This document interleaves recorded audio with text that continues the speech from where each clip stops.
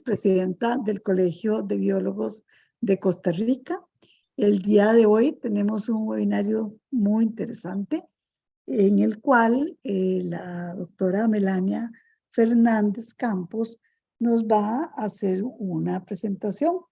Melania es coordinadora del Departamento de Investigación del Jardín Botánico Lancaster de la Universidad de Costa Rica. Es profesora de botánica de la Escuela de Biología de la Universidad de Costa Rica y es candidata al doctorado en la Universidad de Texas Tech. Melania desarrolla proyectos en taxonomía sistemática, biogeografía y ecología de plantas. Y en los últimos años se ha enfocado en el entendimiento de los patrones de asociación entre hongos micorrízicos y orquídeas tropicales y su rol en la competencia y separación de nichos. También nos van a acompañar dos compañeras del jardín también que están haciendo sus estudios, pero ellas las va a presentar Melania cuando termine su presentación. Entonces, bienvenida Melania y gracias por atender Muchísimas nuestra gracias. invitación. Gracias. Adelante. Y muchas gracias a todos los que nos están acompañando. Hoy les voy a comentar un poquito sobre el Jardín Botánico Lancaster, el trabajo que hacemos ahí y algunos de los resultados de las últimas investigaciones que hemos ido desarrollando. Mi presentación está en inglés para aquellas personas que no hablan muy bien el español. Aquí veo varios, de hecho, algunas carillas conocidas de no habla hispana. Y entonces pueden seguir la presentación porque está en inglés, pero yo voy a hablar en español. Entonces voy a compartir mi pantalla y vamos a poner esto. Ajá. Entonces, pues, como muchos de ustedes saben, el Jardín Botánico Lancaster de la Universidad de Costa Rica es no solamente un jardín botánico, pero también un centro de investigación. El Jardín Lancaster lleva haciendo investigación unos 20 años. No es una historia muy larga comparada a otros centros, tanto nacionales como internacionales, pero sí ha sido una historia de mucho éxito. Les voy a contar, de hecho, parte de las razones por las cuales el Lancaster ha sido exitoso en el estudio y entendimiento de su flora. Pero bueno, para darles una idea general de los factores que hacen nuestro país tan particular en términos de riqueza, pues recordemos que nuestro territorio es bien pequeñito y en particular en orquídeas es impresionantemente diverso. Tanto así que parece ser uno de los más diversos del mundo en número de especies por kilómetro cuadrado. Entonces, por darles una referencia, pues en Estados Unidos, Canadá, más o menos habrán unas 200 especies de orquídeas, mientras aquí en un parche de bosque de San Ramón, Monteverde, podemos encontrar las mismas 200 orquídeas. Entonces, esta gran diversidad la han tratado de explicar los científicos a través del tiempo, ¿verdad? De muchas formas. Y es que ocupamos prácticamente el 6% de la diversidad del mundo. Aquí hay más de 900 aves, muchísimos mamíferos, 300,000, quién sabe cuántos más de insectos y al menos unas 10,000 a 15,000 plantas, especies de plantas, en donde están incluidas las orquídeas. De hecho, en Costa Rica, el grupo de plantas con flor más grande que hay es el de las orquídeas. Y entonces, bueno, ¿qué nos hace tan particulares? Bueno, una cosa es que estamos rodeados de agua, ¿verdad? Somos una pequeña masa continental que está rodeada del Atlántico y el Pacífico y esto nos da una gran cantidad de humedad entrando por ambas costas. Además, estamos en medio de Sudamérica y Norteamérica y esto ha representado geológicamente un paso muy importante, no solo para los animales, sino también para las plantas. Entonces, encontraron refugios aquí en el país que les permitieron establecerse a través del tiempo. Además, tenemos 4 ejes montañosos muy importantes que brindan una gran cantidad de superficie para la el establecimiento de las especies, ¿verdad? Además, tenemos muchísimos volcanes. A mí, mis amigos de otras latitudes se asombran cuando les digo que aquí hay al menos unas 120 masas volcánicas, aunque solo hay unos 5 que están activos, ¿verdad? Que por lo menos están, sus fumarolas están activas. Pero bueno, además tenemos las 2 estaciones, ¿verdad? Que son la estación lluviosa y la estación menos lluviosa, porque la verdad es que en todo lado llueve y en todo momento. Y esto también es vital, valga la redundancia, para la vida. La humedad permite que muchas especies se puedan establecer. Y esta combinación de factores, bueno, ha creado una serie de zonas de vida y zonas de transición en donde hay microclimas muy particulares que también han dado pie a que las orquídeas hayan podido establecerse y radiado a través del tiempo. Ahora bien, ustedes saben que Costa Rica, bueno, el SINAC es el que protege o el encargado gubernamentalmente de proteger la biodiversidad. Y bueno, en este momento aproximadamente el 26% de nuestra tierra está protegida. Ahora bien, quiero cambio así un poquillo abruptamente al tema del Lancaster, y es que de esos 26.3% de masa protegida, de área protegida en Costa Rica, no se toman en cuenta algunas de las iniciativas privadas o públicas de conservación, como son los jardines botánicos. Costa Rica hay al menos 3 jardines botánicos, pero seguramente el más grande es el Jardín Botánico Lancaster con 11 hectáreas. Y además es el que tiene pues una historia más amplia, ¿verdad? Al menos unos 45, casi 50 años vamos a cumplir de estar llevando adelante el centro. Y bueno, todo empezó con este señor que se llamó Charles Herbert Lancaster, inglés de nacimiento, pero que se mudó a Costa Rica por su profesión, que tenía que ver con el manejo de los cafetales. Y bueno, se enamoró de las plantas y se convirtió eventualmente en un botánico aficionado y estableció relaciones con botánicos de todo el mundo, con algunas de los herbarios y de los museos alrededor del mundo más importantes. Y poco a poco hizo del Lancaster, de esta finca que él compró en Cartago, uno de los centros de visita necesarios para muchos científicos de otras latitudes.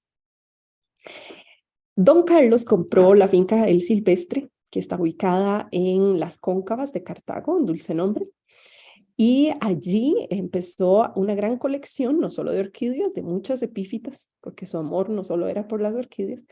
Y pues poco a poco fue desarrollándola y además adquiriendo una gran cantidad de manuscritos, de documentos importantes para la interpretación de estas plantas. Bueno, don Carlos finalmente debió vender esta finca debido a problemas económicos hacia el final de su vida. Y una combinación de esfuerzos entre, vamos a ver, entre la American Orchid Society y la Stanley Smith Trust Foundation lograron reunir suficiente dinero para comprar esta finca al señor Lancaster, y a su vez fue heredada a la Universidad de Costa Rica con el objetivo de preservarla como un jardín botánico. Así, el Jardín Botánico Lancaster fue inaugurado el 2 de marzo de 1973. Entonces, si sacan las cuentas, el próximo año estaremos cumpliendo 50 añitos de vida. Ahora bien, todo empezó como un jardín de plantas, ¿verdad? El Jardín Lancaster. Pero como dijo uno de nuestros más grandes amigos y colegas, el doctor Robert Dressler, para que un jardín se convierta en un jardín botánico, el elemento más crítico es un sistema de datos.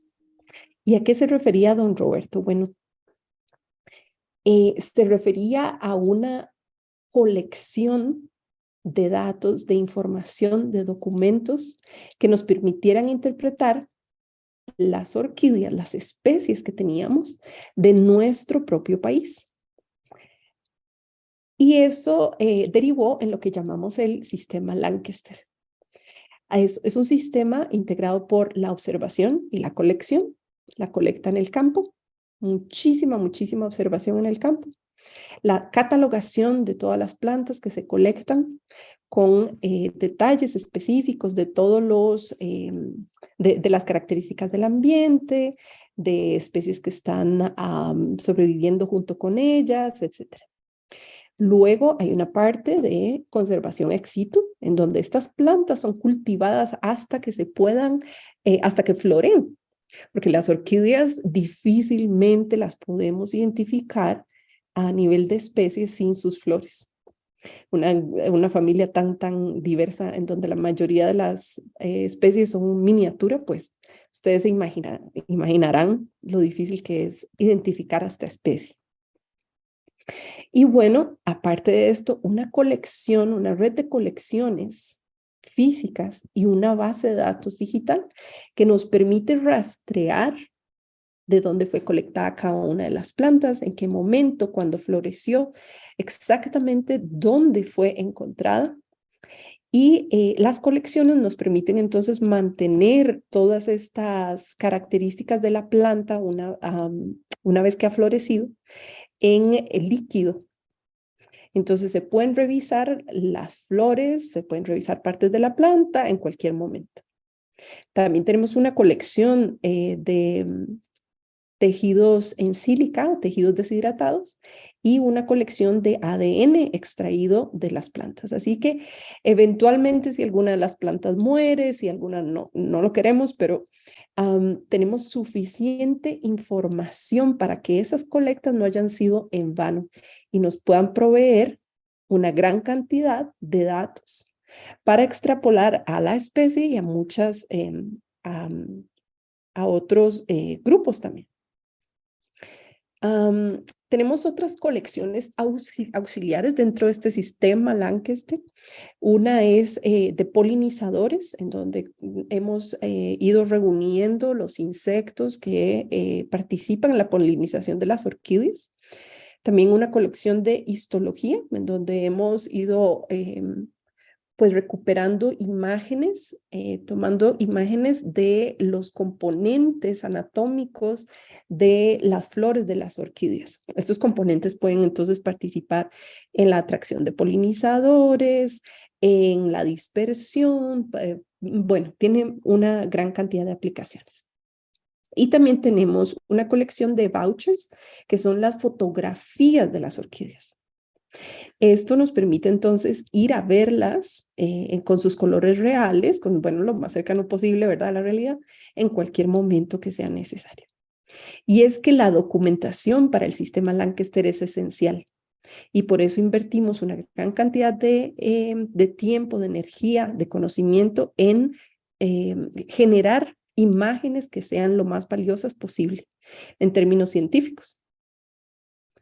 Y así se obtienen ciertos productos que, ya sea que la planta muera, ya sea que ya no la podemos encontrar más en su sitio de colecta, ya sea que es una planta muy rara y no queremos colectar, tenemos suficiente información en términos de tridimensionalidad, tamaños, proporciones, colores en este sistema de documentación, así como lo pueden ver acá. A partir de ese sistema de documentación, de hecho, hemos generado un sistema de fotografía que ha sido replicado en diferentes partes del mundo ahora y se llama las láminas digitales compuestas Lancaster. Entonces, una lámina que contiene información tanto de la planta como de la flor, como todos los detalles, hasta el polen, ¿verdad? Los polinarios de las orquídeas. Este sistema lo hemos enseñado en diferentes países, incluyendo Colombia, Inglaterra, Panamá, Perú, etcétera, etcétera. Ha probado ser no solo efectivo para ilustrar las especies de orquídeas, sino también otros grupos. Por ejemplo, este que está acá, que es una monstera, me parece. Bueno, otra de los factores esenciales de este sistema Lancaster de trabajo tiene que ver con los materiales originales. Y es que una de las primeras dificultades que enfrentaron nuestros colegas al tratar de interpretar nuestra propia flora fue no tener los documentos a mano para poder hacerlo. ¿Dónde estaban estos documentos de aquellas especies de orquídeas que se escribieron por primera vez? ¿Dónde estaban los libros en donde se publicaron por primera vez las especies? Estaban en Europa, estaban en Estados Unidos, algunos pocos en Asia. Y sin esta información era absolutamente imposible interpretar qué era lo que estábamos viendo. Entonces, el primer gran esfuerzo que hizo el Jardín Lancaster fue repatriar los documentos y las imágenes de herbario de la flora costarricense. Este trabajo requirió muchos años, pero es lo que sentó las bases de que pudiéramos entender mejor que muchos otros países en el mundo nuestra flora de orquídeas. Y pues, vean, literatura que es bastante vieja. Ahora tenemos una gran cantidad de ella. Me atrevería a decir que por lo menos el 85% necesario para interpretar la flora de orquídeas del país.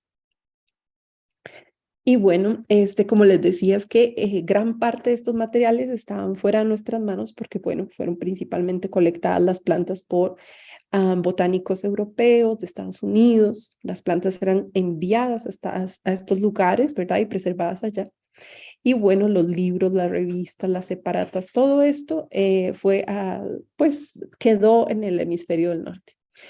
Además, tuvimos una gran pérdida de materiales durante la Segunda Guerra Mundial, cuando fue bombardeado el Museo Berlin-Dahlem y en Londres también. Y pues todo esto ha requerido una gran cantidad de investigación casi detectivesca para poder encontrar los materiales que todavía sobrevivían alrededor del mundo y que nos podían entonces decir cuántas y cuáles orquídeas teníamos en el país. Estos son algunos de los herbarios con los que nos aliamos para obtener estos materiales. El de Harvard, Kew, Gianni Rensen, Suiza, el Museo de Madrid. Muchos de ellos tenían gran parte de nuestros materiales costarricenses. Entonces, como les decía, en general, ¿cuál es el sistema Lancaster de trabajo? Bueno, es primero tener el acceso a los documentos críticos. Segundo, tener una red de colecciones con una cantidad de información conectada que sea confiable y un sistema de documentación que nos permite ilustrar lo que estamos viendo. ¿Cuáles fueron las decisiones más importantes en la forma en que yo lo veo de la historia del jardín? Uno fue enfocarse en las orquídeas. Es una decisión arriesgada para un jardín botánico. Cualquiera pues diría, pero ¿por qué solo en orquídeas? ¿Por qué no en todas las plantas? Y eso les da más oportunidades. Pero resulta que enfocarse en estudiar las orquídeas nos daba la oportunidad de tener el objeto de estudio más rico que hay en el mundo, además de un objeto que es sumamente carismático para los seres humanos. Las orquídeas son culturalmente muy poderosas en Costa Rica, en Latinoamérica y en muchísimos lugares del mundo. Y bueno, otra de las decisiones básicas para el éxito de Lancaster es que empezamos desde la base, desde la taxonomía. Muchas veces también hay detractores de la ciencia alfa, pues tal vez no es tan atractiva, tan sexy como ciencia más aplicada, pero para nosotros poder hacer un buen trabajo aplicando nuestros conocimientos había que iniciar desde la pura base, desde la taxonomía y la flora. Entonces, conocer qué tenemos para poder después empezar a estudiar sus relaciones con otros organismos. Y finalmente, la otra decisión súper importante fue hacer de las personas el elemento limitante, no los recursos. Entonces, al enfocarnos en tener a la mejor gente, en invertir en formar gente, podemos entonces tener personas más creativas, personas que atraen nuevos recursos, personas que están constantemente innovando, cualquiera que sea el recurso monetario. Por supuesto, para que un jardín botánico y centro de investigación sobreviva requiere una gran cantidad de recursos, pero de cualquier forma vamos a tratar siempre de hacer una investigación de calidad, ya sea con pocos o con suficientes recursos. Bueno.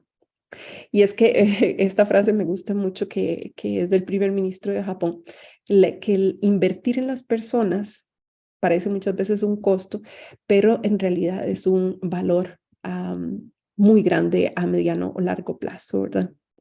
Y bueno, entonces estos son los monstrillos del Jardín Lancaster. Como les dije antes, el departamento tiene apenas unos 20 años, entonces, bueno, yo tengo 15 años, 14 años de trabajar allí y he visto crecer. Empezamos bueno, habían 2 personas, luego éramos 3, luego así se han ido sumando y somos entonces un grupo de 6 investigadores y 3 asistentes de investigación. Trabajamos en florística, en taxonomía, en filogenética, en ecología y en evolución. Hasta ahora hay unas 265 publicaciones que hemos hecho a través de estos años. Se han publicado al menos 12 libros y tenemos una gran cantidad de investigaciones que se están llevando a cabo muy interesantes. Entonces les quiero compartir apenas algunas. De hecho, tenemos unos 23 proyectos de investigación llevándose a cabo. Pero bueno, uno de los más interesantes es el de el árbol de la vida de las orquídeas.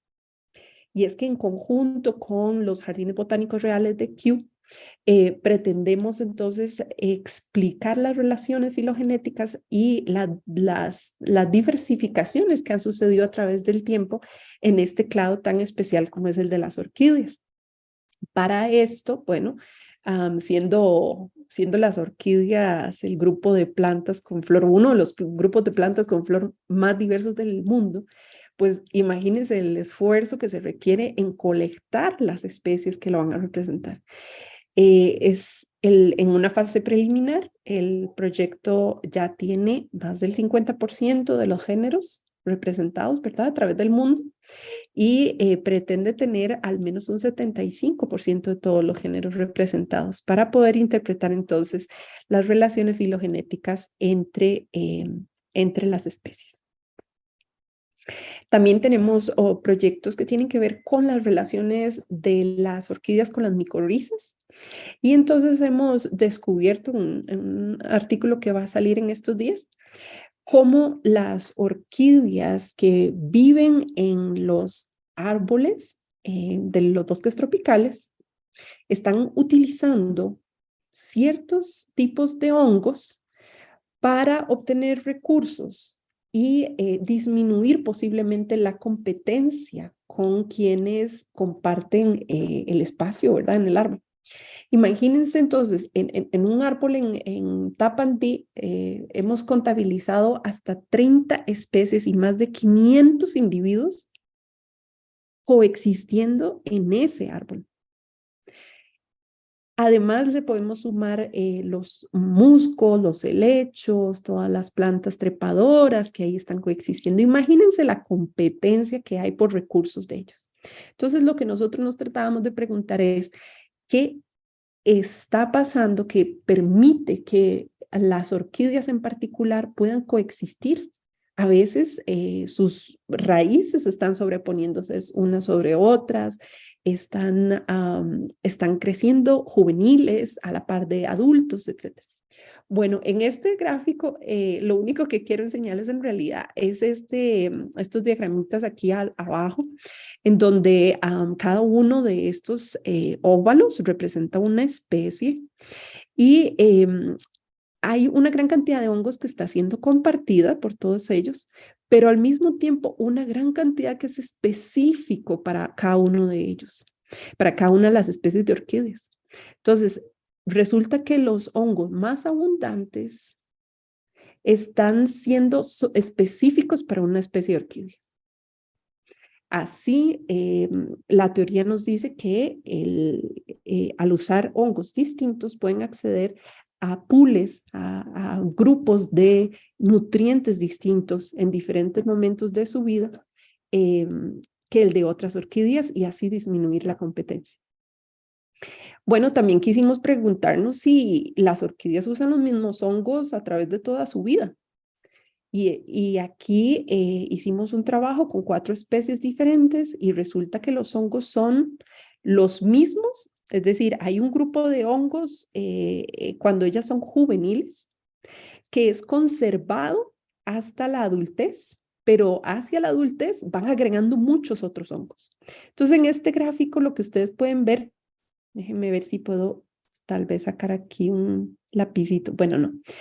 Lo que ven en verde son los hongos juveniles y lo que ven en azul son los hongos de las orquídeas ya reproductivas, ya que producen flores. Entonces, esas diferencias en el espacio, ¿verdad? Que los verdes están yendo hacia la izquierda y los azules, triangulitos azules hacia la derecha, significa que la composición es distinta entre ellos. Pero cuando nos vamos a ver el detalle, es distinta porque los adultos han agregado muchos otros hongos nuevos. Así que los adultos pues están complementando las necesidades, ¿verdad? Que vienen con el crecimiento, con la reproducción, la producción de flores, inflorescencias, aromas, etcétera, etcétera. Pero bueno, entonces esto nos permite a nosotros entender mejor la reproducción, los costos de reproducción de las orquídeas y las necesidades que tenemos para poderlas conservar. Las orquídeas no van a poder establecerse tan fácilmente, o quizás del todo no, si no tienen los hongos para poder hacerlo. Otro de los proyectos que les quería compartir es el de vainilla. Las vainillas, como ustedes saben, son orquídeas. Y tenemos un grupo de trabajo maravilloso de diferentes países trabajando en ellas desde diferentes puntos de vista. Uno de los proyectos tiene que ver con la polinización en ambientes naturales de la orquídea. Ustedes saben que para producir entonces la vainilla que consumimos, ¿verdad? Pero bueno, aquella que es natural, se hace por polinización manual. Las personas que cultivan vainilla, bueno, polinizan manualmente. No conocíamos en el mundo, a pesar de la importancia económica de este producto, quiénes eran los polinizadores naturales. Después de una gran cantidad de observaciones, de documentación, videos, etcétera, etcétera, una de las estudiantes de Lancaster descubrió esto tanto en Perú como en Costa Rica, logró grabar que es una especie de abeja del género Eulaema, y en particular la especie Eulaema cingulata, la que está polinizando las orquídeas de vainilla. Y es que las orquídeas de vainilla están atrayendo con aromas de limoneno, diferentes terpenos, a estas abejas, las cuales se acercan y tratan también de consumir algún tipo de producto de las flores, pero sin embargo no hay ningún producto, es un engaño visual. Bueno, y al hacer todo esto, remueven el polinario de las orquídeas de vainilla, lo llevan y pues en la siguiente visita, ¿verdad? O en las siguientes visitas hay un evento de polinización. Y de hecho, voy a ver si puedo compartirles este video del momento en donde están ellas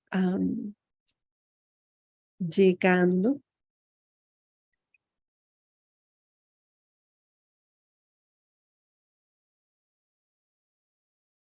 a una flor de vainilla y retiran el polinario que está pegado entonces sobre su escutelo, la parte de arriba.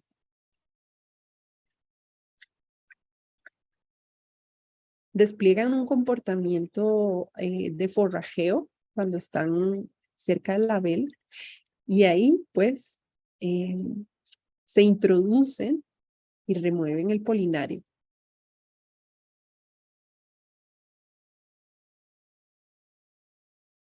Esto está en un artículo reciente que acaba de salir hace un par de meses. Es muy, muy interesante. Como les digo, es una de las primeras veces que se documenta, si no la primera vez que se documenta este tipo de polinización en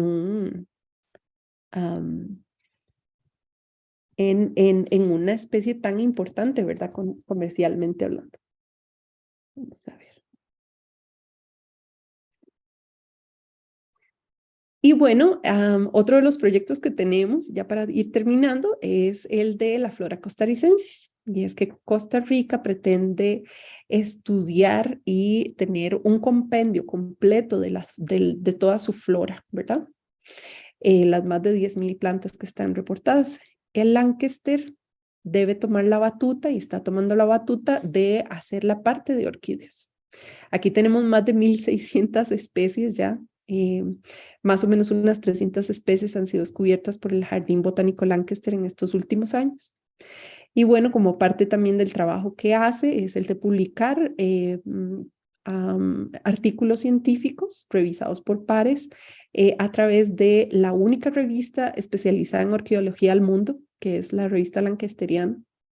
Tiene una gran cantidad de colaboraciones internacionales con diferentes universidades e institutos que nos permite llevar a cabo todos estos proyectos también. Y bueno, participamos de diferentes iniciativas diplomáticas y científico-diplomáticas, que es muy importante.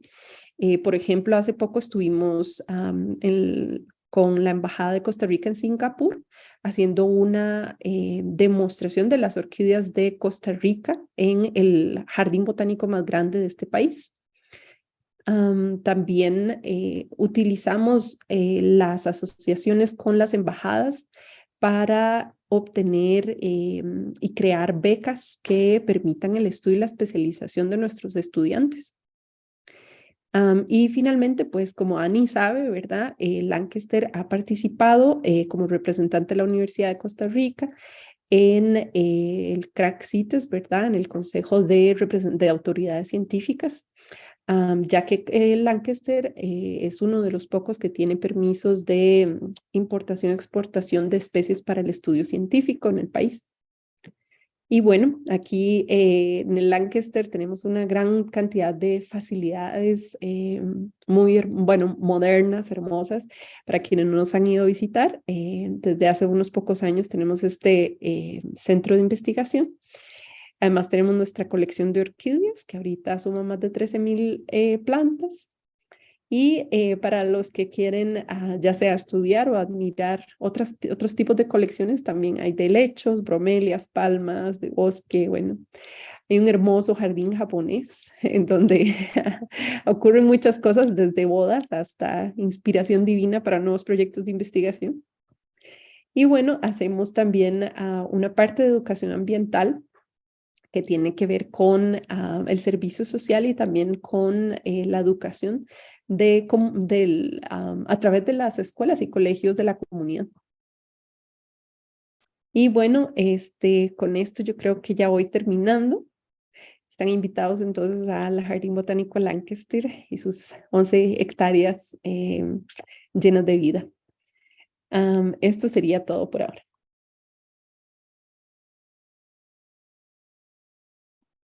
Muchas gracias, Melania, lindísimo, muy, muy interesante. Y bueno, los que podemos recordar, ¿verdad? Cuando esa foto, ¿verdad? Por ejemplo, de don Rafael Lucas y está Eugenio Rodríguez, cuando se inauguró. Entonces, yo recuerdo perfectamente. Yo estaba en el colegio en quinto año, pero recuerdo perfectamente eso y me llamó mucho la atención. Y cuando llegué a la escuela de biología, me tocó estar en la discusión de quién iba a ser, a quién iban a poner a cargo, y fue Ujú. cuando escogieron a doña Dora Emilia.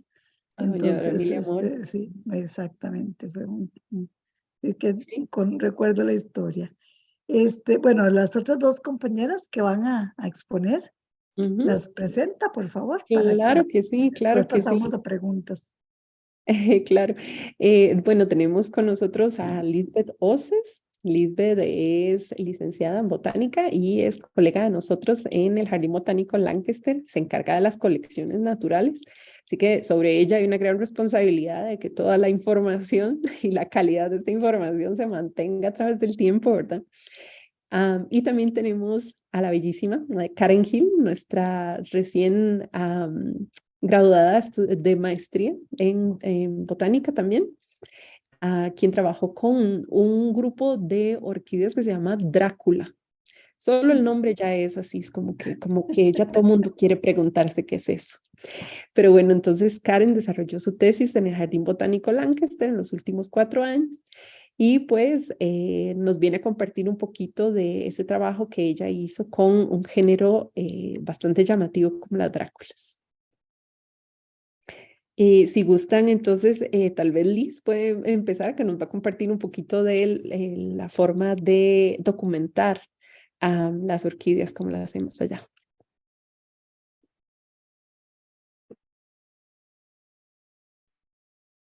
No sé si están viendo la presentación. Sí, Sí, sí. excelente. Bien, entonces yo les voy a hablar un poco sobre cómo documentamos las orquídeas. Esto es un paso esencial para cualquier estudio taxonómico. Em,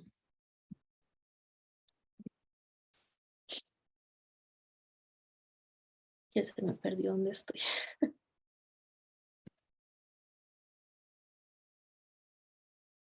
Listo. Bueno, ya Melania les explicó un poco cómo era el sistema Lancaster, entonces no voy a andar mucho en este tema. Lo que más interesa entonces de esta presentación es la parte de documentación. Siempre, ¿verdad? Hay una observación, luego buscamos en la literatura o hay una búsqueda de la literatura y también se nos ocurre alguna cosa y vamos a observarlo. Hay un trabajo de campo, la documentación que es el tercer paso y por supuesto las publicaciones. En la parte de documentación tenemos tanto fotografía como dibujo. En el dibujo tenemos dibujo científico y acuarela. El dibujo científico puede ser en papel y ahorita estamos innovando un poco en la parte digital. Entonces voy a hablarles un poco sobre las técnicas que utilizamos en el jardín y los equipos también que estamos utilizando en este momento. En la parte de fotografía, cuyo producto final es la lámina compuesta Lancaster, de la cual también les habló Melania, y uso varios ejemplos, utilizamos una cámara profesional, como esta que ven en la imagen, y aquí podemos captar bien tamaños de flores y plantas que sean por arriba de los centímetros.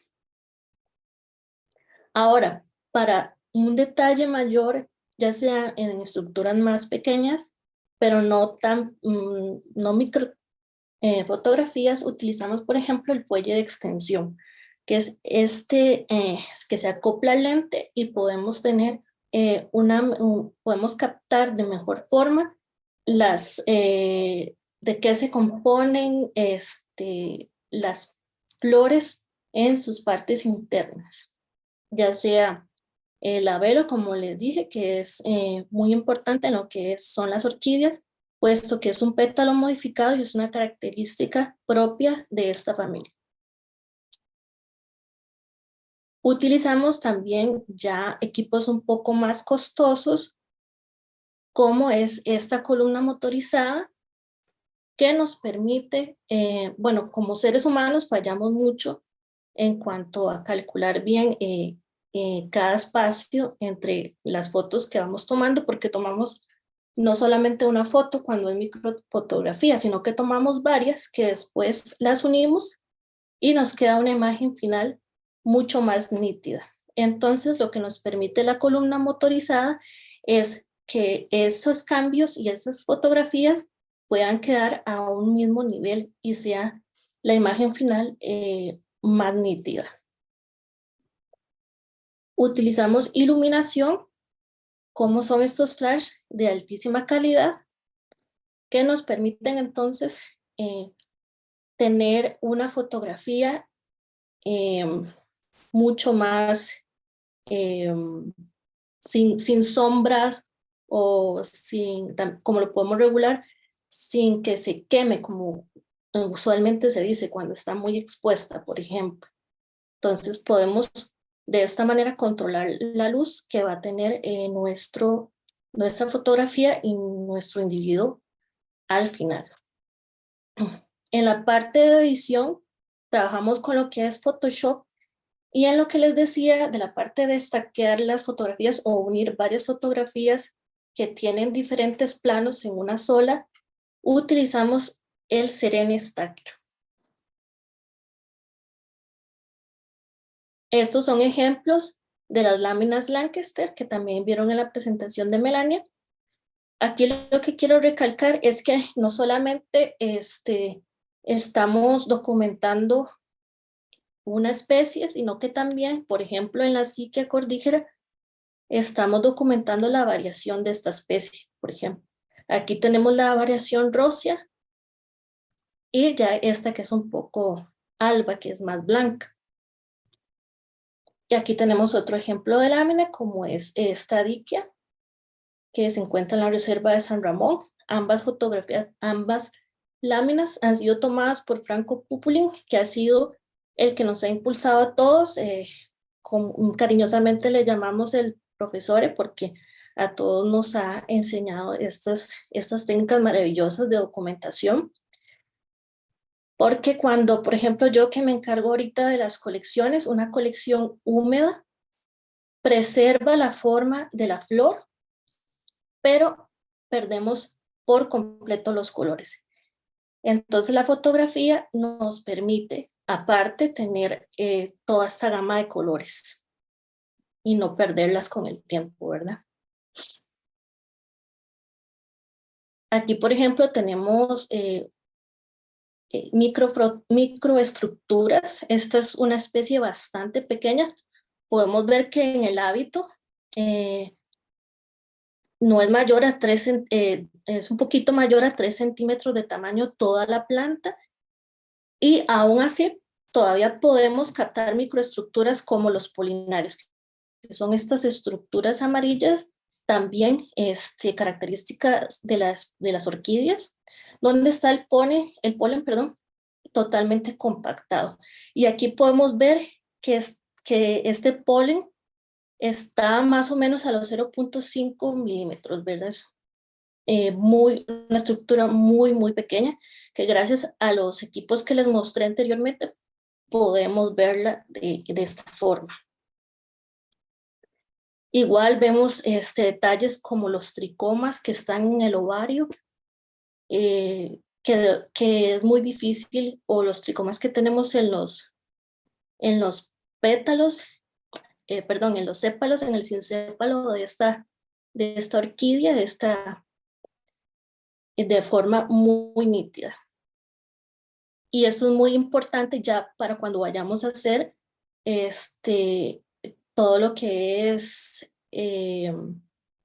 la descripción taxonómica. Por ejemplo, si fuera una nueva especie, todas estas características son muy útiles para estas descripciones. Ahora que les mostré equipo muy caro, de verdad, nos podemos hacer la pregunta si realmente necesitamos tanto equipo. Bueno, si vamos a la parte ya de publicaciones y pues sí, pero con solo que tengamos el conocimiento de cómo y qué tenemos que tomar de la planta, podemos crear láminas como estas, por ejemplo. Esta es una lámina de Adam Karremans, nuestro director actual, que fue hecha solamente con el celular. Entonces, más allá del equipo, el conocimiento es sumamente importante. También paciencia y práctica, ¿verdad? Porque esto no sale a la primera. Hay muchas mañas a veces. Por ejemplo, en epidendrum se suele oxidar mucho el tejido. Y yo vi que echándole un poquito de limón, esto no pasaba. Entonces uno va a ir innovando y cada vez mejorando las técnicas con cosas que uno pues ni se imagina que podrían funcionar. Entonces sí es un poco de práctica y paciencia. En la parte de dibujo y acuarela, pues los equipos que utilizamos, el producto final va a ser una ilustración científica. Cuando es en papel, vamos a utilizar el rapidógrafo y de preferencia un papel técnico como este que está en la imagen. Que la tinta se quede en su lugar. No ocupamos que sea muy poroso porque si no tenemos dificultades. Y trabajamos con punto 1. Esto ahorita lo está haciendo nuestra ilustradora Sara. Y ella es excelente en esto. Tal vez algún día la pueden invitar para que ella muestre su trabajo. También se pueden utilizar diferentes grosores de puntas y diferente tamaño de lienzo, pero sí, nosotros lo haríamos trabajando con el punto 1. Aquí les vuelvo a mostrar estas imágenes, estas láminas compuestas Lancaster, para mostrarles cómo sería entonces el dibujo. Este sería el dibujo de la enciclia y este sería el dibujo de la diquia. Tal vez se puedan preguntar, pero ¿por qué si ya yo lo tengo en una fotografía, voy a necesitar un dibujo? Bueno, para los botánicos sí es muy importante esta parte porque las partes, hay más información en el dibujo.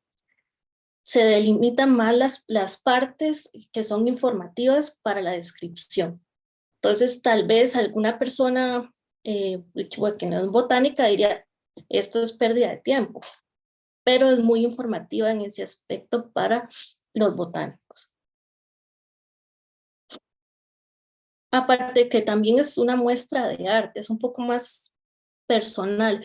Sí se trata que en todo lo que hagamos en el jardín sea muy uniforme, pero siempre hay una u otra cosa que a nosotros nos dice, esta lo hizo Sara, no, esta lo hizo. Entonces, aunque tiene que ser estrictamente científico y contar estrictamente la verdad del dibujo, también hay plasmado un poco de arte.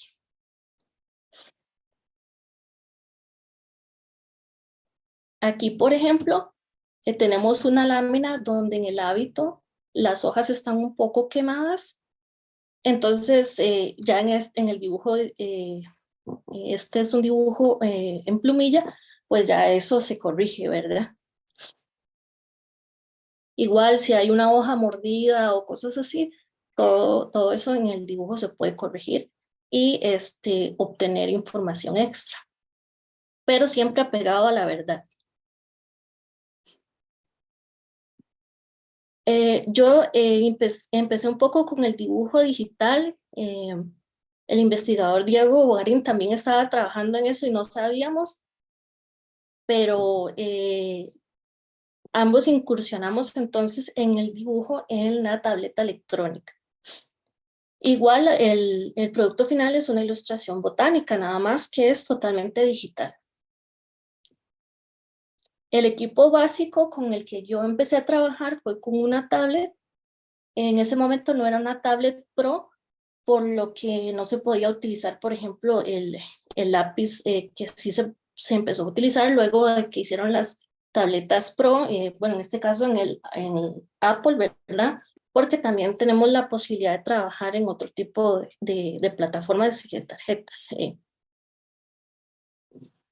También yo empecé a trabajar y es el programa que he seguido usando en Procreate o Procreate, como quieran llamarlo. Trabajé también con el programa de Inkpad, que es un poco más sobre vectores, o sea, se arreglan las líneas, por ejemplo, y luego se puede mejorar el dibujo con Photoshop y con Illustrator también. Con Illustrator, de hecho, ha trabajado más el investigador Diego Bugarín. La ventaja de una tablet es que podemos trabajar donde sea. Por ejemplo, cuando es un rapidógrafo, estamos calcando, por ejemplo, necesitamos la cajita de luz, ¿verdad? Que esto pues pesa, tiene que ser en un solo lugar, en cambio con la tablet hasta puedo estar en el sillón y ahí puedo estar dibujando, trazando, ¿verdad? Luego, algo que tal vez para los artistas, ya plenamente artistas, dicen que esto pues no es un tipo de arte y no se requiere, a veces como que dejan saber como que no se requiere habilidad, pero sí se requiere habilidad y se requiere conocimiento también de todas las herramientas y las cosas que podamos hacer con el programa. Pues no tendremos contacto, por ejemplo, con grafito o con papel, pero sí se requiere cierta habilidad, cierto conocimiento, tal vez que no se desmerita tanto, pero sí la facilidad que tiene es que podemos borrar. Entonces esto nos da, a mí a veces me da hasta más tranquilidad y hago el trazo mejor porque sé que como sea, si me salió mal lo puedo borrar, pero son opiniones.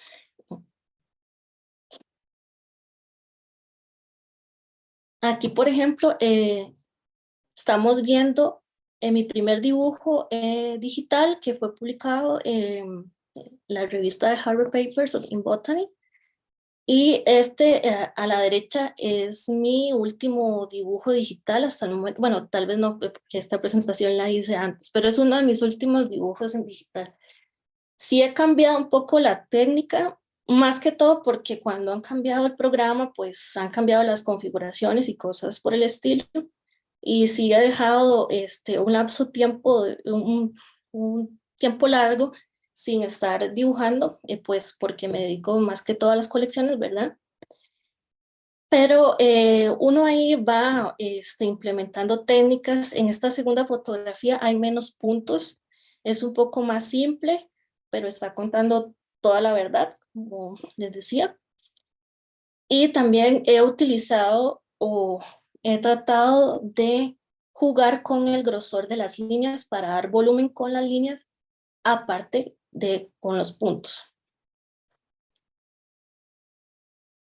Este es un ejemplo de que se pueden hacer también cosas muy sencillas. Es un logo que hice para especies Orchidacearum, que va a ser el volumen para Costa Rica, de una Cochleanthes aromática. Entonces, este es el proceso de dibujo digital, algo muy sencillo que se puede realizar también. Esto es un poco satisfactorio y doloroso a la vez porque pues la herramienta digital también tiene sus cosas y lamentablemente borré los originales de esta imagen, entonces tendría que volverla a hacer o tratarla con una resolución más pequeña. Pero esta imagen que ven a la derecha es un pétalo de esta flor, de la calura, Masdevallia calura, es recreando el tipo de esta, desde el dibujo simple que está en el tipo a traerlo hacia la realidad porque no tenemos, el tipo se perdió y no lo tenemos. Entonces, como tratar de volver a la vida esta planta, ¿verdad? Para poderla estudiar mejor.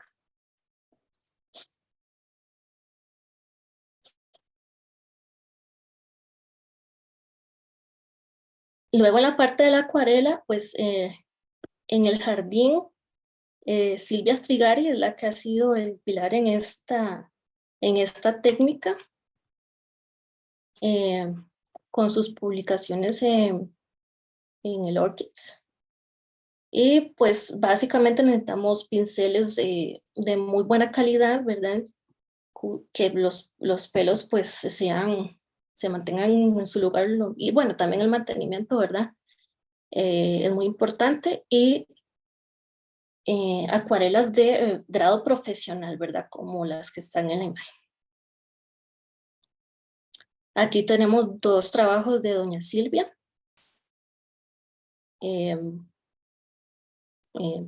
Aquí, bueno, es una técnica muy rica con la que también se trabaja con los colores.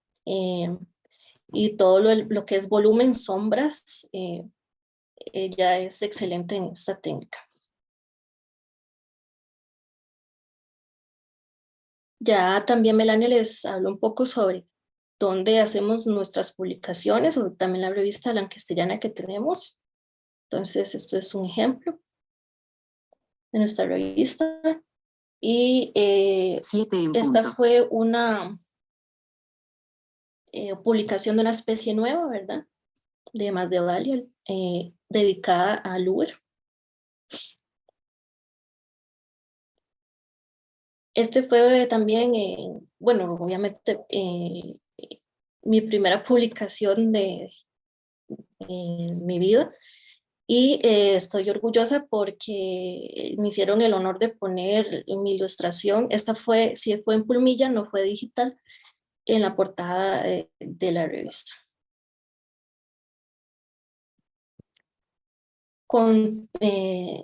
En cuanto al arte, ¿verdad? Y la ciencia, pues se dio la primera exposición nacional de ilustración botánica en 2018, donde se expusieron estas láminas tipo Lancaster en tamaño bien grande, ¿verdad? Muy bonitas, en realidad yo las veo de verdad como una obra de arte.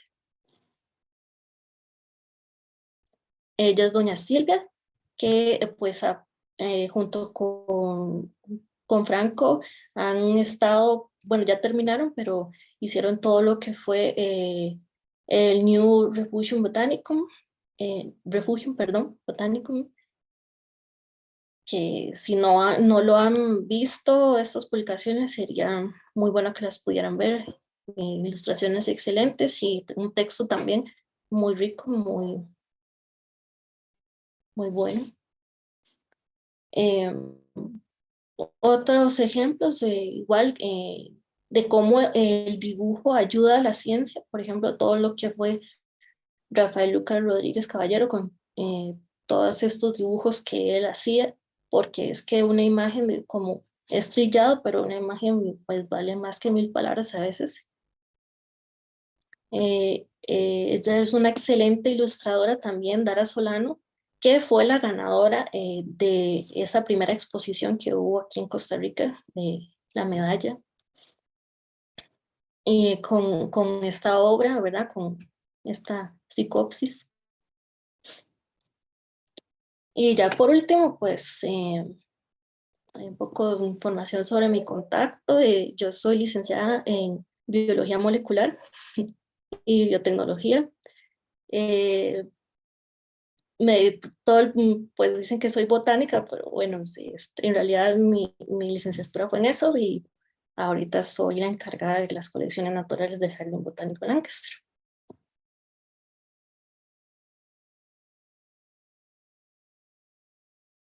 Muchísimas gracias, Lisbeth. Una belleza de exposición y muy, muy interesante también.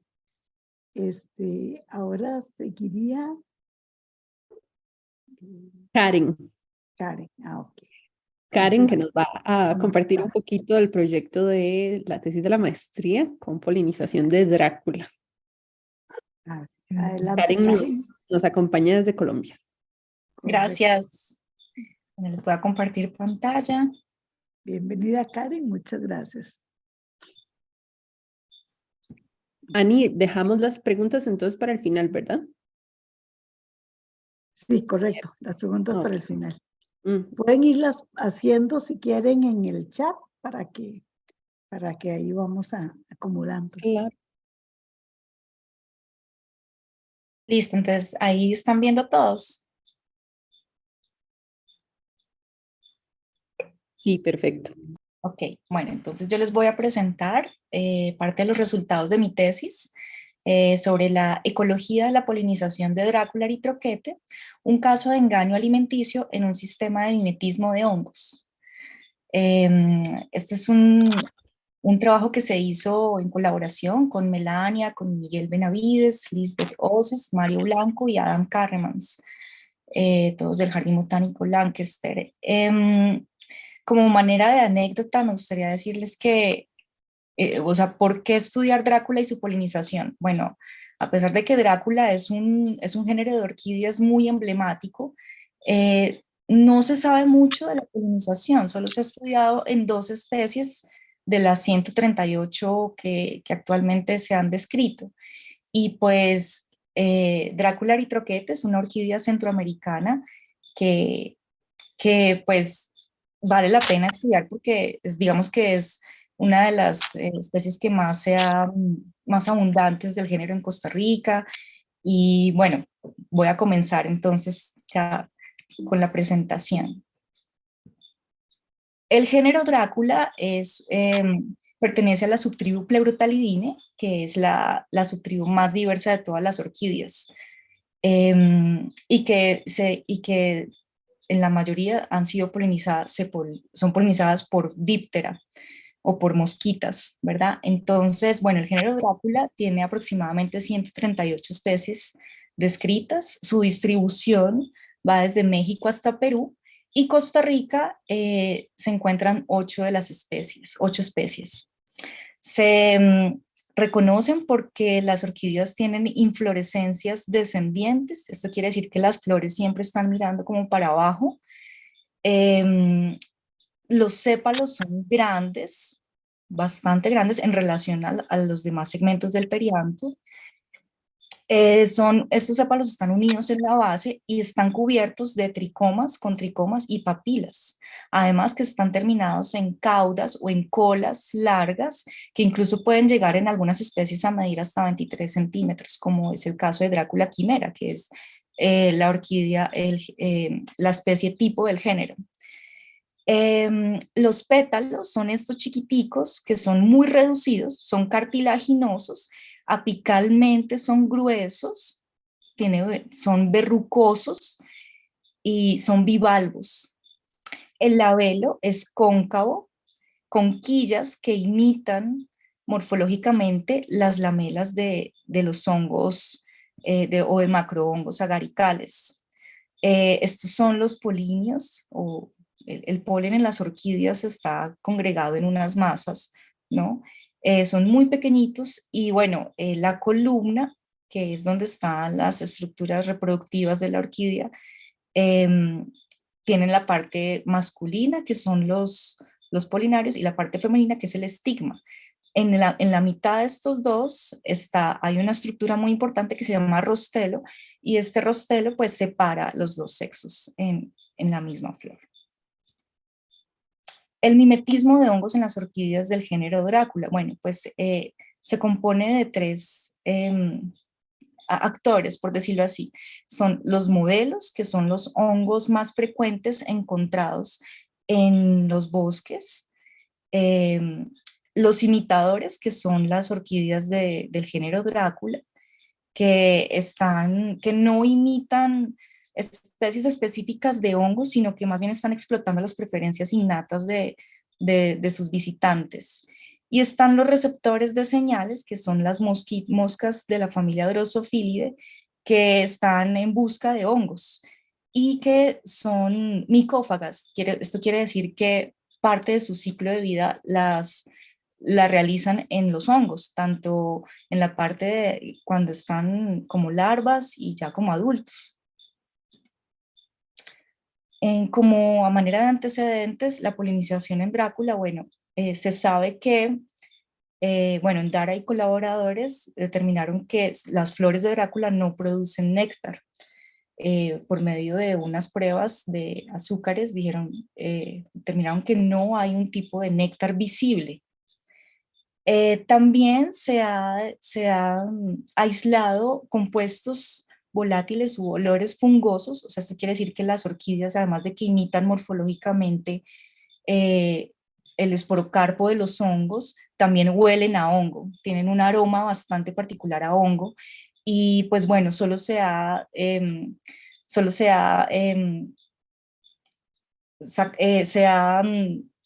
descrito, digamos, los compuestos volátiles de una sola especie de Drácula, de las 138, solo una especie, que es Drácula chestertoni, y se encontró que la mayoría de estos compuestos puede que estén ahí como saliendo del labelo y se pueden estar concentrando en el labelo, ¿sí?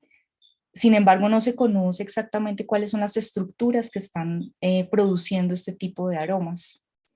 Y también lo que se sabe de la polinización en Drácula es que se ha hipotetizado que las moscas llegan atraídas a los labelos de las Drácula pensando que es un potencial sitio para poner sus huevos de oviposición. E incluso se han visto también comportamientos de cortejo y se puede decir que se ha pensado que las moscas llegan a reproducirse, tanto a buscar pareja o a ovipositar o bueno, sí, a poner huevos.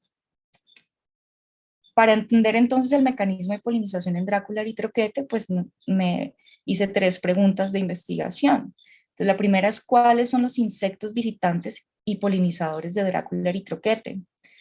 La segunda es cuál es el comportamiento de los polinizadores en las flores y en los hongos que están alrededor. O sea, cuál es exactamente el comportamiento, a qué vienen las moscas, en realidad qué es lo que están haciendo en las flores. Y cuáles son las estructuras anatómicas involucradas en la producción de aromas y las posibles recompensas en Drácula eritroquete. Como metodología, entonces, para describir el mecanismo de polinización de Drácula eritroquete, se realizaron observaciones in situ y también de plantas que se colectaron y se llevaron al Jardín Botánico Lancaster. Se realizó, bueno, se documentó tanto los insectos como los comportamientos por medio de fotografías y de video en aproximadamente 35 días y 6.5 horas de video. Por otro lado, pues los comportamientos de las moscas, tanto en las flores como en los hongos, se determinaron a partir de lo que ya se había investigado antes en una de las monografías de Cigotrica de David Grimaldi. Y bueno, se recolectaron los visitantes y polinizadores tanto en las flores como en los hongos que crecen cerca de las orquídeas Drácula. Por otro lado, también se examinó las flores después de las visitas y de los eventos de polinización con el fin de encontrar los huevos de las drosofílidas. Para identificar los visitantes y los polinizadores, entonces pues se hizo una caracterización morfológica hasta el punto en que hasta que fue posible, que fue casi hasta género, sobre todo familia y género de las moscas. Y bueno, también se hizo extracción y secuenciación de ADN de los polinizadores en el Naturalis Biodiversity Center en Leiden, en Holanda. Y también se determinó el sexo de las moscas para ver sus implicaciones en el mecanismo de polinización. Si bien se ha dicho que se ha hipotetizado que las moscas llegaban a poner los huevos en las flores de Drácula, se esperaría entonces que llegasen solo las hembras. Entonces se determinó el sexo de las moscas para ver cuál es ese rol que pueden estar ahí ejerciendo. Y también para caracterizar las estructuras asociadas a la producción de aromas y recompensas, se hicieron pruebas histoquímicas de detección de lípidos, polisacáridos, proteínas, grasas insaturadas en las estructuras florales. Y también se hizo microscopía electrónica de barrido para ver la superficie de las estructuras. Entonces, como resultados, encontré moscas drosofílidas con el polinario de Drácula eritroquete en los hongos. Estos son los hongos que crecen alrededor de las Dráculas en la población en Cartago. Y pues siempre se había pensado que solo eran los hongos agaricales a los que las Dráculas estaban imitando, tanto morfológica como químicamente, pero lo que yo encontré es que también, por ejemplo, este hongo es del género Rúsula y fue uno de los hongos en los que vi más visitantes y estaban muy cerca de las flores, entre 0 y 5 metros de distancia. Entonces, encontrar las moscas con el polinario de las Drácula en los hongos es como una evidencia de que estas moscas definitivamente están siendo atraídas y están paseando, pues están visitando de un lado, están pasando de un lado a otro. Y bueno, encontré 2 moscas con polinario en hongos, uno fue en rúsula y el otro fue en Gymnopus. Y pues como les decía, estos fueron los hongos que presentaron mayor número de visitantes de moscas. El 92% de los insectos colectados, tanto en las flores como en los hongos, son del orden Diptera, de la familia Drosophilidae. Entonces, y lo más importante de esto es que Sigotrica, el género Sigotrica, fueron los visitantes más comunes, tanto en los hongos como en las flores. Y aproximadamente cerca de 7 especies diferentes de Sigotrica fueron identificadas. Solo el 5% fueron insectos del orden Hymenoptera. Y muy interesante es que encontré avispas, tanto en los hongos como en las flores. Estas son la de las flores y esta es la de los hongos. Y son de la familia Platygastridae y Braconidae, que son avispitas muy pequeñas, casi de 2 milímetros, 1 milímetro, y que son parasíticas. Esto quiere decir que ponen sus huevos en las larvas de moscas y de otros insectos. Entonces, bueno, ya les voy a contar. Como polinizadores efectivos, esto quiere decir que son los insectos que remueven el polinario de las flores, encontré 41 moscas con polinario. Estas B y E fueron colectadas en los macrohongos que crecen cerca. Ya les contaba que una fue colectada en un hongo del género Rúsula y en un hongo del género Gymnopus. Rúsula es del orden Rusulales y Gymnopus es del orden Agaricales. Encontré la misma proporción de sexos, encontré tanto hembras como machos, casi en la misma proporción. Y bueno, como les comentaba, el 77% pertenecen a una especie de Sigotrica. El 77% de los insectos, de los polinizadores, pertenecen a una especie de Sigotrica. El 23% restante de las moscas de Sigotrica son 4 especies diferentes más. Entonces, para un total de polinizadores de 5 especies. Entonces, esto es muy importante porque son 5 especies diferentes de un género de moscas que no se sabe mucho de la historia natural, no se sabe muchas cosas de estas moscas y que gracias a las Dráculas las estamos pudiendo estudiar, observar, ver. El comportamiento de las moscas en los hongos y en las flores. Entonces, a mano izquierda podemos ver el comportamiento, lo que llegan las moscas a hacer en los hongos. Encontramos que en su mayoría lo que vienen a hacer tienen un comportamiento de alimentación, un 31%. Un 22% las moscas descansan, o sea, como que no están ahí pasivas, sin hacer nada. Un 19% se están limpiando, se están acicalando, y un 19% están caminando, son activos.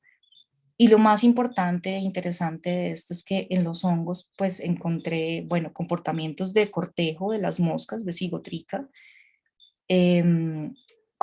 y comportamientos de oviposición. Logré ver un evento en el que una mosca acercaba su genitalia, su ovipositor, y a la superficie del hongo y colocaba efectivamente los huevos. Y un 1% de moscas que vi copulando, que igual es muy raro ver eso porque las moscas son muy pequeñas, es bien difícil. Vi que pues tanto los insectos adultos como las larvas se están alimentando en los hongos, ¿no? Este es un hongo del orden Agaricales, este es un hongo del género Lepista, también del orden Agaricales. Y ya en las flores, los comportamientos de las moscas en las flores de Drácula eritroquete fueron en su mayoría de un comportamiento de alimentación. ¿Por qué digo eso? Que porque las moscas tenían su probóscide extendida y pasaban horas y horas, bastante tiempo en las flores. Entonces, además no eran, a veces llegaban en grupos hasta de 30 moscas en una sola flor. Entonces fue muy interesante ver que la atracción es muy fuerte. Casi muy rara vez que las encontraba así como descansando. Sin embargo, pues bueno, también tenían su comportamiento de limpieza, de acicalamiento, caminaban, estaban muy activas en las flores y vi un 4% de comportamientos de cortejo. El cortejo de las moscas es muy interesante porque por lo general los machos de las moscas, de la cigotrica, tienen un patrón de coloración en las alas. Entonces los machos se ponen enfrente de las hembras y les muestran sus alas a las hembras cuando curvan su abdomen como en modo de un baile. Entonces eso es muy interesante, fue muy bonito ver eso también, pero fueron eventos muy raros, muy raros. Y bueno, nunca vi el comportamiento de oviposición, como sí lo vi en los hongos. Tampoco vi que las moscas estuvieran en algún momento copulando en las flores. Y lo más importante de todo es que tampoco encontré ningún huevo o larva de Drosophila. Esto puede ser también porque, digamos, la presencia de las avispas en las flores puede que sea una alerta para que no lleguen a poner huevos ahí, ¿sí? Bueno, este es un video del mecanismo de polinización de Dracula eritroquete. Como les contaba, algunas moscas pueden durar más de 3 horas atrapadas en las flores y se pelean pues con la flor para poder salirse de esa trampa. Muchas veces estas moscas se ayudaban de la parte de la base pues del labelo para lograr bajar y lograr salir de esa trampa. Los pétalos que están a los lados reducidos forman como una barrera para que la mosca no salga por los lados y termine siempre saliendo por atrás, removiendo los polinos. Estos son unos eventos de posición del polinario en el que seguramente la mosca ya llevaba ahí mucho tiempo atrapada y lo mismo, se gira hacia un lado y con la ayuda de las patas traseras se logra desprender del viscarium, que es una sustancia pegajosa que secreta el rostelo, que es esa estructura que les contaba que dividía los sexos en una misma flor. Este es otro evento de posición del polinario de la mosca se gira completamente y con la ayuda del labelo, como plataforma, se logra zafar de esto. Aquí podemos ver el polinario en el estigma de las flores.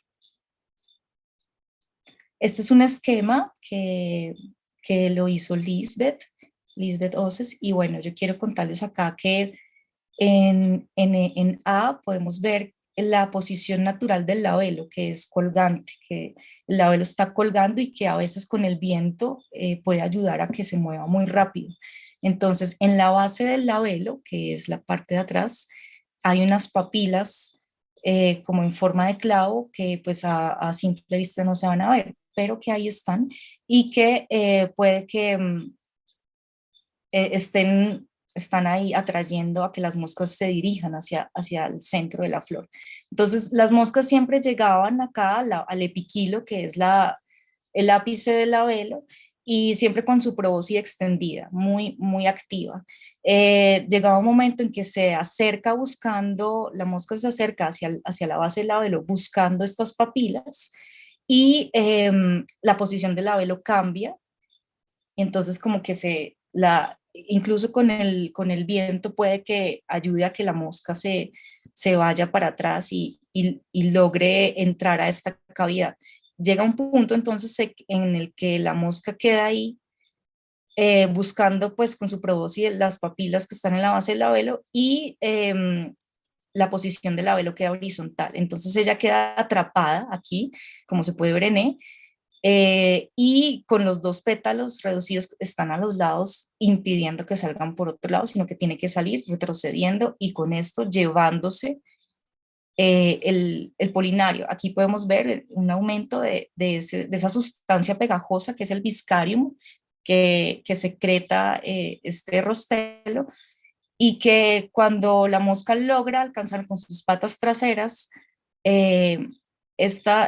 digamos, esta base del labelo, puede salir y remueve el polinario incluso con la antera, que es esta capita que cubre los polinios, para después quitársela a ella misma con las patas y viajar a otra flor y que el proceso se repita.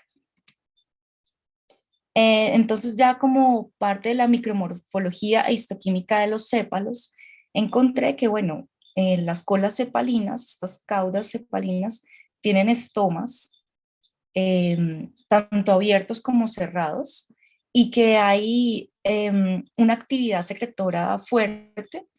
Esto fue detectado, por ejemplo, aquí se detectó lípidos que pueden estar involucrados en la producción de fragancias.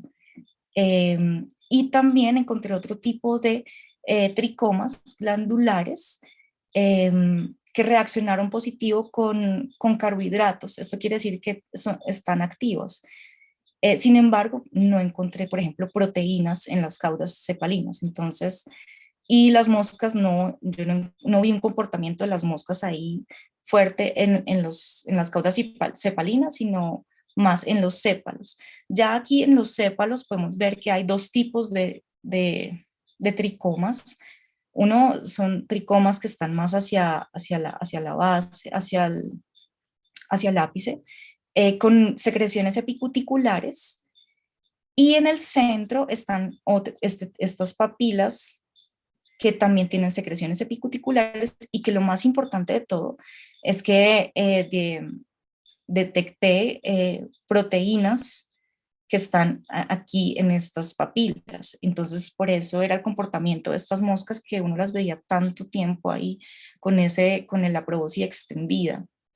Encontré granos de almidón en los sépalos, que también son indicador de que hay una fuerte actividad, tal vez de producción tanto de aromas como de posibles recompensas. Entonces, hay una actividad metabólica muy alta ahí. En los pétalos, que son estos, al lado izquierdo, encontré, pues bueno, lípidos en las papilas del ápice, y, bueno, grasas insaturadas. ¿Esto qué quiere decir? Que hay una actividad también ahí. Están los mismos gránulos de almidón, pero no hay proteínas en los pétalos. Entonces, y nunca observé un comportamiento de las moscas ahí succionando o caminando sobre los pétalos. Entonces, es muy probable que lo que esté ocurriendo con los pétalos es que sean un centro de fragancias también, además del labelo. Y en el labelo encontré, bueno, dos tipos de papilas. Bueno, la superficie es papilosa y con secreciones también, que se lograron ver por microscopía electrónica de barrido. Y en la base del labelo, estas papilas que les contaba, que que mostraron una gran actividad y una presencia altísima de proteínas. Todo esto son proteínas que fueron detectadas con una tinción de Comasi, de azul brillante de Comasi. Entonces, aquí se puede ver como cada puntito es una de estas papilas y están secretando proteínas. Entonces, ya como manera de conclusión de los resultados de la tesis, es que se confirman las mismas especies de Psychotricha de moscas viajando entre los hongos y en las flores de Drácula. El comportamiento de las moscas está relacionado principalmente con la alimentación, tanto en los hongos como en las flores. Y bueno, las flores de Drácula eritroquete ofrecen una recompensa alimenticia a través de la secreción de proteínas, tanto de los sépalos como del labelo. No hay evidencia de oviposición ni presencia de huevos en las flores. Por lo tanto, pues proponemos que no se trata de un sistema de engaño propiamente, sino uno más bien de recompensa, con el ofrecimiento de proteínas como recompensa alimenticia. Y bueno, eso es todo.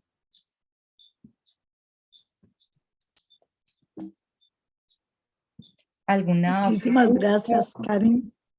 Con gusto. Excelente. Excelente, muchas gracias. Si quiere, apaga la pantalla, la pantalla para el compartir pantalla para poder ver las demás personas. Hay varias preguntas tanto en el Facebook como en el chat que Melania las ha ido contestando, pero tal vez Melania si las contesta así en público para que la podamos escuchar. Claro que sí. Una de las consultas que nos hacían es sobre la forma en que colectamos y si reproducimos las plantas que colectamos para estudiar su taxonomía. Para estudiar en particular la taxonomía de las plantas no necesitamos reproducirlas. De hecho, lo que queremos es conservar la mayor cantidad de características naturales de las plantas que se estudian. Así que entre menos manipuladas, entre más silvestres sean, pues mejor.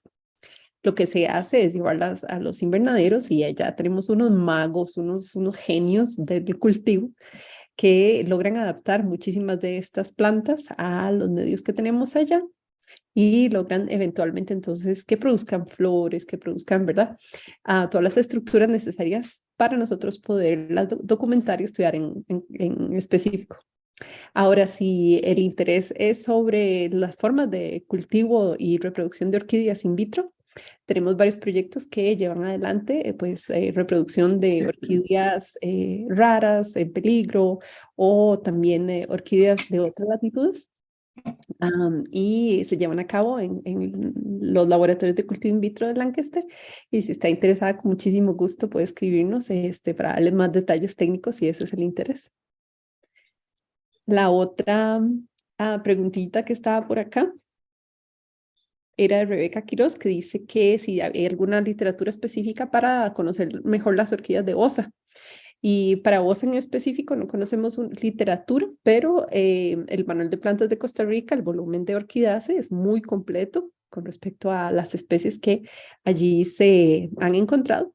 Y también tenemos literatura específica, tal vez un poquito más dispersada en diferentes publicaciones que podemos reunir y enviarle con muchísimo gusto para que pueda hacer una excelente interpretación, ¿verdad?, de la flora de allá, acompañada también de fotografías, que tenemos muchas imágenes de la flora de orquídeas de Osa. Para ver qué más dice por aquí. Nos preguntan, Karen, que si esta información ya se publicó, la de tu tesis. Entonces le decía a Jenny que el artículo está en el horno, está cocinando.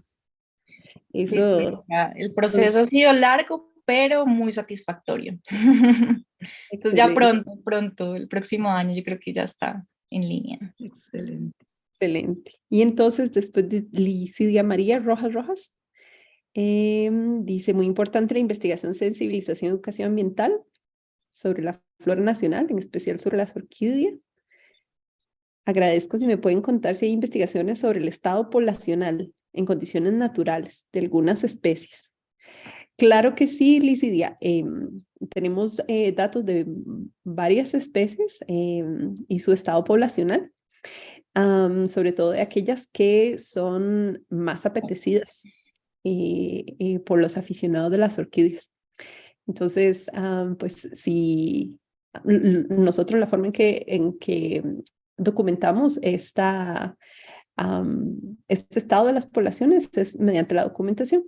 Entonces tomamos fotografías in situ de donde vemos las plantas, no las colectamos si no es necesario, sino que tomamos fotos y sabemos que ahí vimos plantas de tal especie.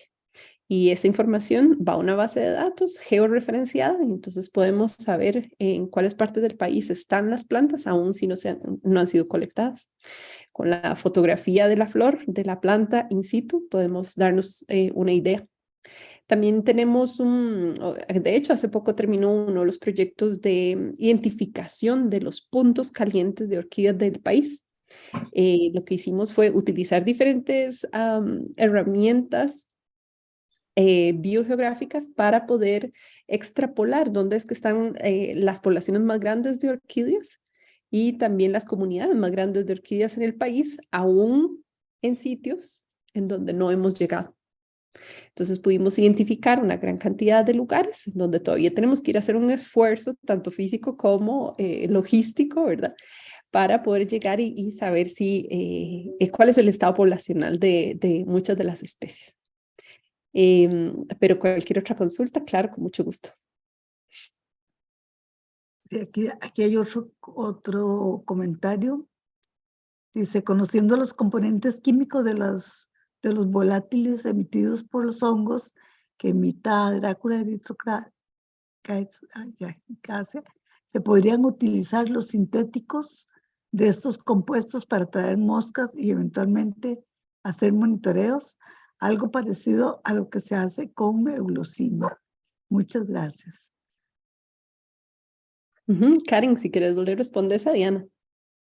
No, pues sí, claro, está muy interesante lo que dices, solo que, bueno, digamos que dentro de los objetivos de mi tesis no estaba como tal la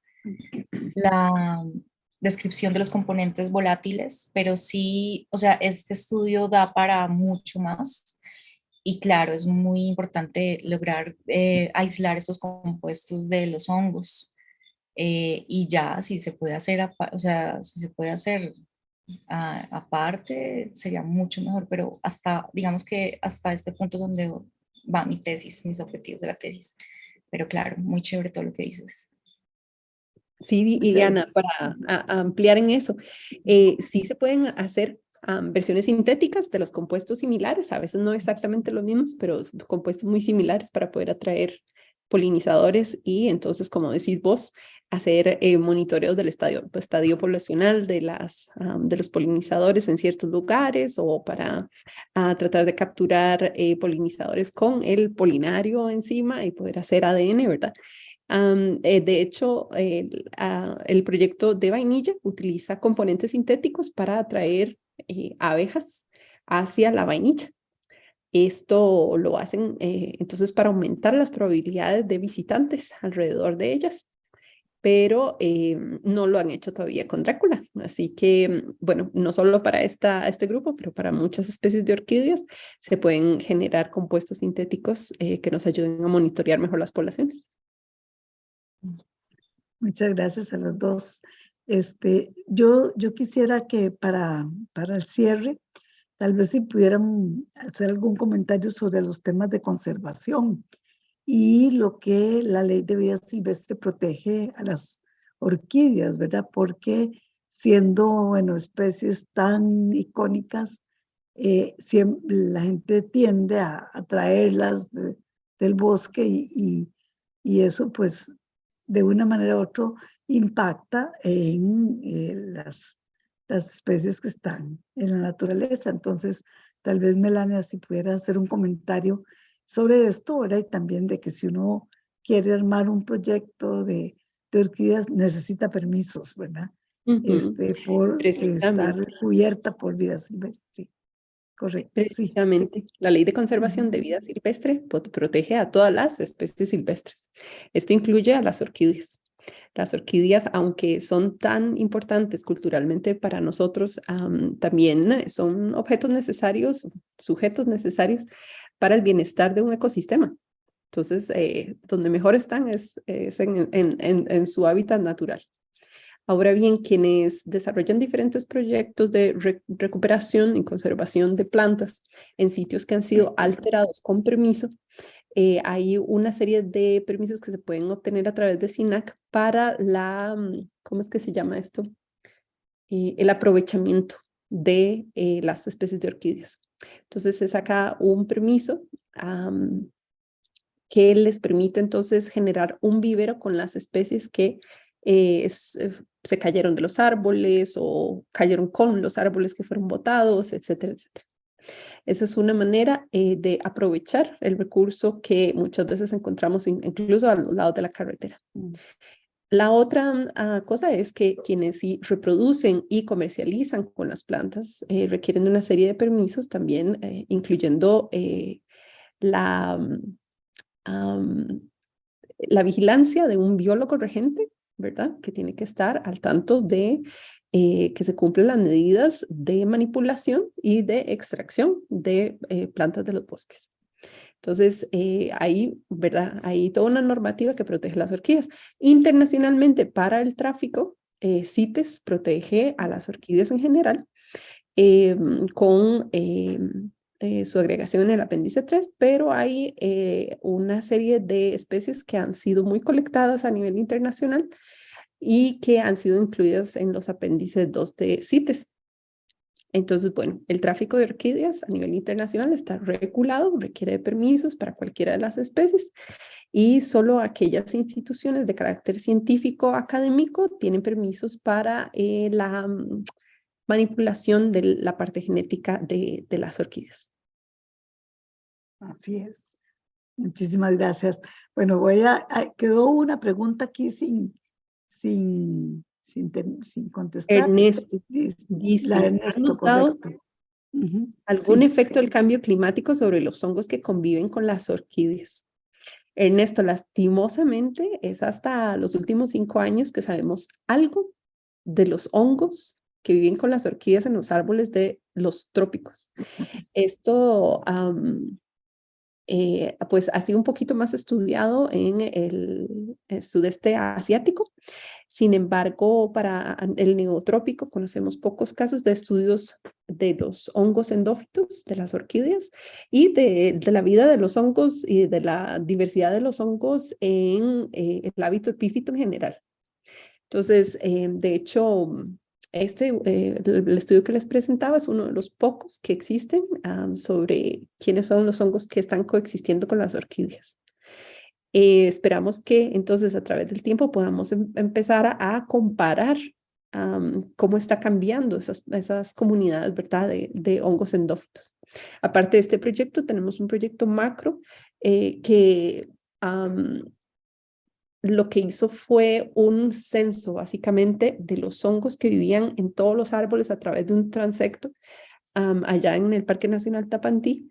Y entonces nos enfocamos directamente en qué son los hongos, cuáles son los hongos que están sobre las ramas, no necesariamente solo con las orquídeas, sino todo lo que hay sobre ramas, el musgo, la corteza, en las raíces de los helechos, etcétera, etcétera. Y esto nos está dando primero una base de datos enorme de cuántos hongos coexisten, ¿verdad? En estos ambientes, pero también una base para comparar en el futuro para ver cómo su diversidad y su abundancia pueden cambiar a través del tiempo. Ya te estaremos contando qué sale. Bien. Y la última, ahora sí, con esa cerramos. Porque ya, hoy ya casi que nos llevamos las 2 horas, pero muy interesante. Entonces, si el público se queda, nosotros no tenemos ningún problema en dar Vamos a el ver. espacio. Nombres comunes para las abejas. Uy, bueno, le dicen abejas de las orquídeas, aunque suene redundante, pero a esas abejas le dicen abejas de las orquídeas, ¿verdad, Karen? Incluso, bueno, las euglossinas, pero también algunas eulaemas que se parecen mucho. Pero aparte de ese nombre, yo no conozco ningún otro nombre común, no sé si mis compañeras. Karen, tienes Lo que pasa es que estas abejas sí son de un tamaño grande, ¿verdad? Entonces sí es muy común que se les diga abejorros porque es muy grande, es muy notorio. Pero bueno, Zumbadoras también he escuchado que les dicen. Sí. Bueno, muchísimas gracias a las 3. Realmente ha sido un cierre de tarde con una gran riqueza de información y muy interesante, pero además hermosa. Las presentaciones, las fotografías, los dibujos, todo lo que nos enseñó Lisbeth también, o sea, bellísimo. Así es que felicidades por tan hermoso trabajo y tan importante. Así, bueno, el papel que las 3 han jugado el día de hoy, pues han dado muchísima información a nuestro público. Así es que muchísimas Nos alegra gracias. muchísimo, sí, por y estamos cordialmente invitados a visitarnos. Sí, sobre todo que viene la época para ver la mayoría, ¿verdad? Todas ahí se pueden encontrar durante todo el año, pero la mayoría salen muchas ahora. Así es que bueno, es muy Bueno, fácil muchas llegar gracias. y es muy lindo. Además es para pasar el día entero ahí. Es bellísimo el jardín, así es que ahí están todos invitados. Muchas gracias a todos los que nos han acompañado, tanto en el Facebook como aquí en la sala de Zoom. Y también recordarles que toda la presentación se sube al canal de YouTube. Entonces pueden volver a escuchar, pueden volver a repasar algo que no les quedó claro o que se les olvidó ya, que no se acuerdan. Entonces la pueden volver a revisar en el canal de YouTube del Colegio de Biólogos. Muy buenas noches y muchas gracias a todos. Gracias.